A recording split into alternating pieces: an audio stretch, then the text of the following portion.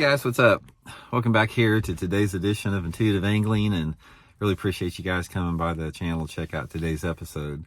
Got a little fun video for you guys today. I'm going to talk about some of the run-ins I've had with the law, overfishing professionally for 30 or 40 years.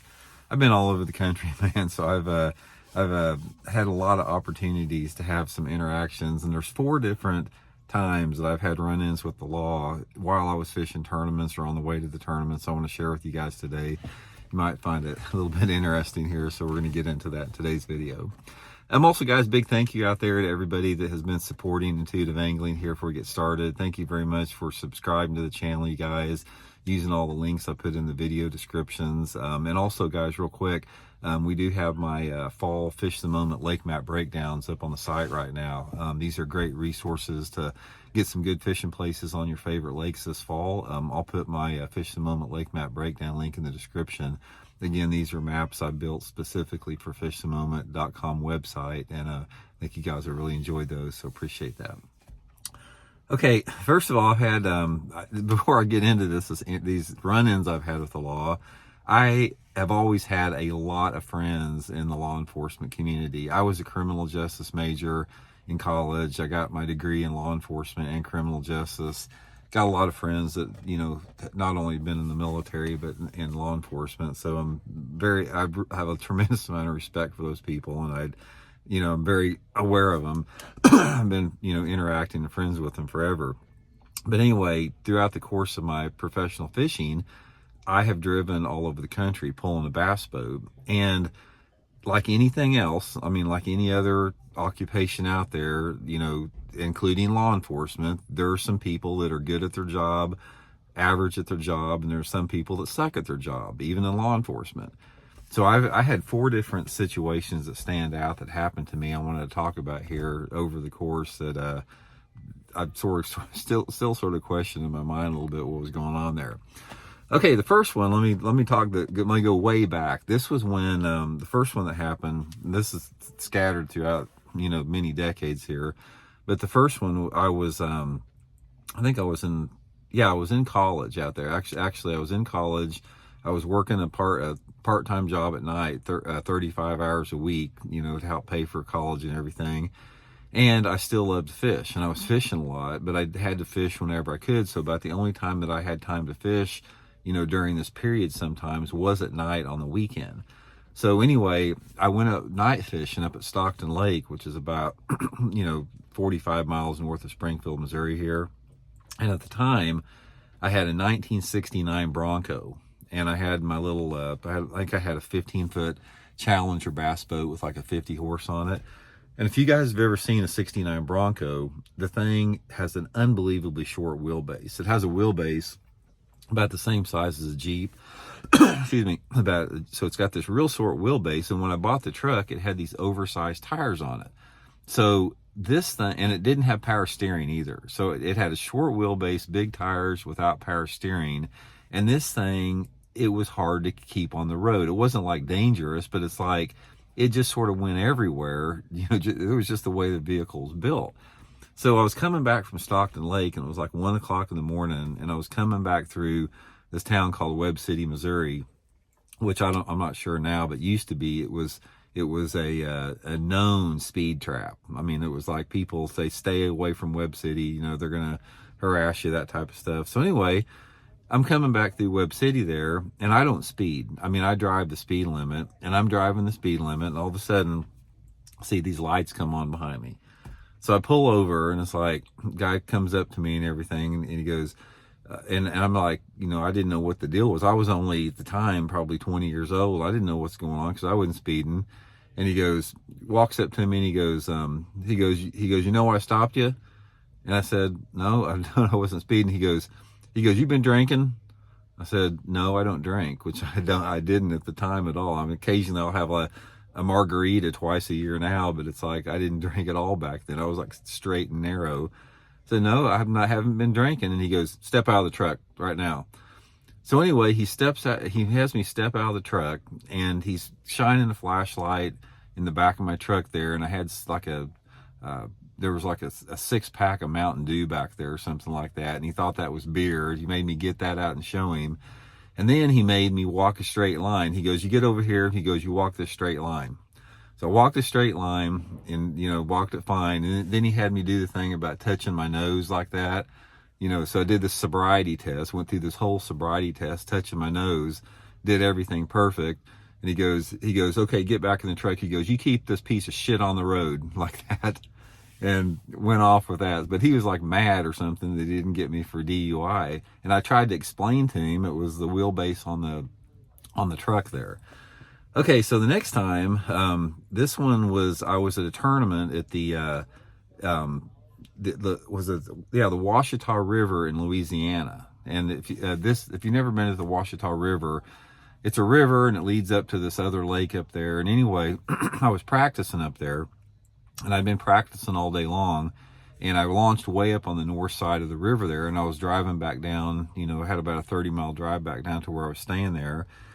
And this was a Sunday? It was like a Sunday evening. Yeah, it was a Sunday evening. It was like nobody was out. It was like right about dark, Sunday evening. It was out in the country in the middle of nowhere. And there was a couple occasionally you go through these tiny little towns, like, where it said, whatever town, and you went, 300 or 400 yards and you were out of the town. So anyway, I'm going 55 miles an hour, driving downtown there, 55 or 60, speed limit's 55 or 60, I can't remember what it was. And, I'm paying attention a little bit and just talking to my co-angler that was with me, who's practicing with me.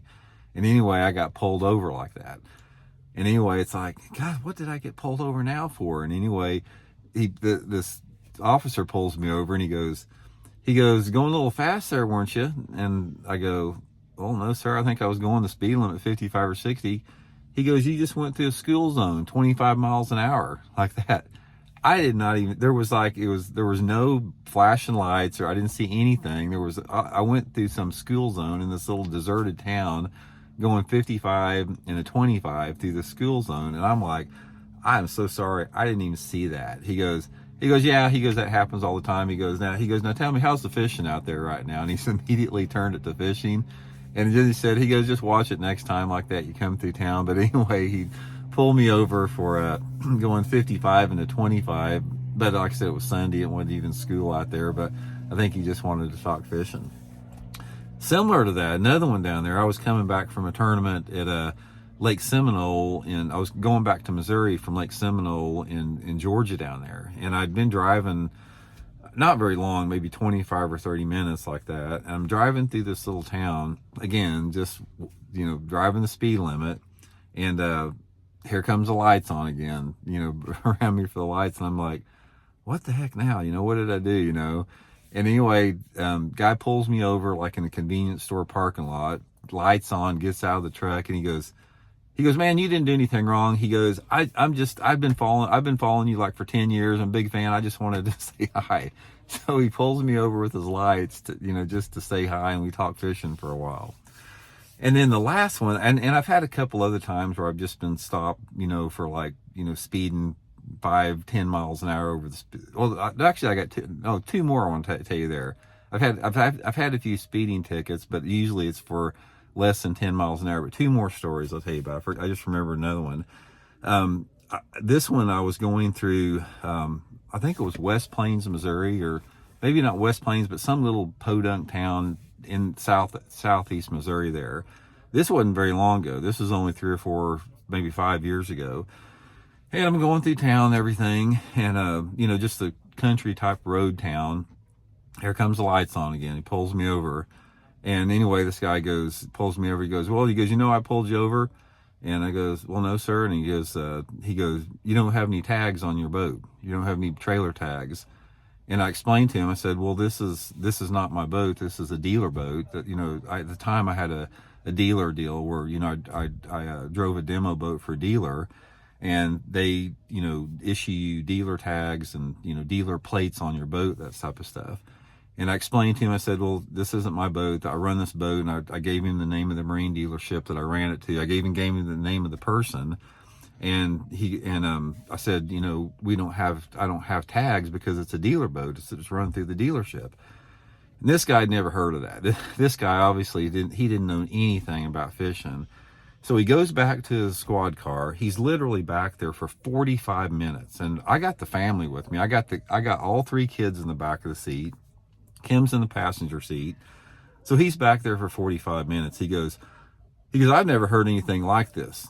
He said, how do I know that you didn't steal this boat? He goes, and I said, I gave you the dealership. He goes, I said, I gave you the name of the person. He says, well, it's a weekend. There's nobody there. You know, there's no way I can contact anybody. So he goes back to the squad car, and he's back there for another half hour. So we're into this now. We've been there for like an hour and a half. This dude, this deputy or whatever, I don't even know who he was. But anyway, we've been sitting off the side of the road for like an hour and a half, and I explained everything to him. And he goes, I can't find out what the deal is with this. He goes, I got no clue what's going on here. He goes, I'm just going to write you a ticket. So he wrote me a ticket for like $250 for not having a license plate on my trailer tag after I explained that it was a demo dealership, or a dealer boat, that type of thing. And I've had other people ask me about it, but I've never had anyone give me a ticket. Okay, the next one now, this is the final one real quick. I was going through, there's a little town called Wyandotte. I think it's Wyandotte anyway, over there by Grand Lake. I was going down to Grand Lake fishing a tournament. It was probably 7 o'clock in the morning or so. And this town, and I think it's Wyandotte, I can't remember the exact name of it, but whatever it is, this town, this was about probably 15 years ago or 10 years ago. And this town is notorious. It was sort of like Webb City for being a speed trap. I mean, it's a small town, and what you had is you had a speed limit. It went from 55 to 50 to 45 to like 35 in a matter of like 150 yards. They had like speed. It was the speed trap because, it's like, unless you saw it and immediately deaccelerated down there, you'd be going like 50 into 35, and it was notorious. Everybody around the area talked about how this was just a freaking, just a racket down there. So anyway, I'm going through there, and 7 o'clock in the morning or so, speed limit's 35, and I'm going, through town there. And I'm not speeding. In fact, I look down. It's like I can't remember how. The speed limit was 35, and when I saw the lights on, I knew that I wasn't speeding. And so the guy turns his lights on, stops me over there, and he goes, well, I stopped you, and I said, well, no, because I wasn't speeding. He goes, you were speeding, and I said, I don't think I was speeding. He goes, yeah, you're going 38 and a 35, and I sort of laughed a little bit, and and that's what I said. He goes, yeah, you're going 38 and a 35. It's a 35-mile speed limit, and I go, I was going 3 miles an hour over the speed limit, and you stopped me. So anyway, he goes back to the squad car again, and I'm at this point, I don't know if the guy's joking with me or what, because people have stopped me for, talking about fishing. So he goes back there for probably 20 minutes. He comes back with a ticket for me. So he's going to ticket me for going 3 miles an hour over the speed limit pulling a boat. This is the first time, excuse me, this is the first time I ever got mouthy or out of line a little bit with a law enforcement officer. He gives me this ticket for going 3 miles an hour over the speed limit. And I go, you have got to be effing kidding me. I said, you're giving me a speeding ticket for going 3 miles an hour over the speed limit. And I see these damn guys in crotch rockets running through here at 100 miles an hour all the time. And you guys have never stopped one of them. Well, we're not allowed to chase them. And I'm I can't believe this. I said, you're really going to give me a speeding ticket for going 3 miles an hour over the speed limit? And I was freaking pissed about that. Obviously, this is a dude that hated bass fishermen. And there's some of them out there, guys. There's a lot of cool law enforcement officers, but there's some guys out there that are just sort of drunk on power a little bit. And that's a prime example for somebody to give you a speeding ticket for 3 miles an hour over the speed limit, pulling a boat in a truck, because they know that you're not going to try to outrun them, and they know that you're probably not going to, be a threat to them if they pull up to there. So anyway, that's just a few of the incidents I've had with law enforcement over the years. And like I said, they got a tough job, man. Just imagine getting out of bed every morning and having to walk up to some car and not knowing if somebody's going to take a gun out and shoot you. I mean, they got a very tough, you know, stressful, mentally stressful job out there that is, you know, goes unthanked a lot of times. So anyway, guys, hope you're well. We'll talk later.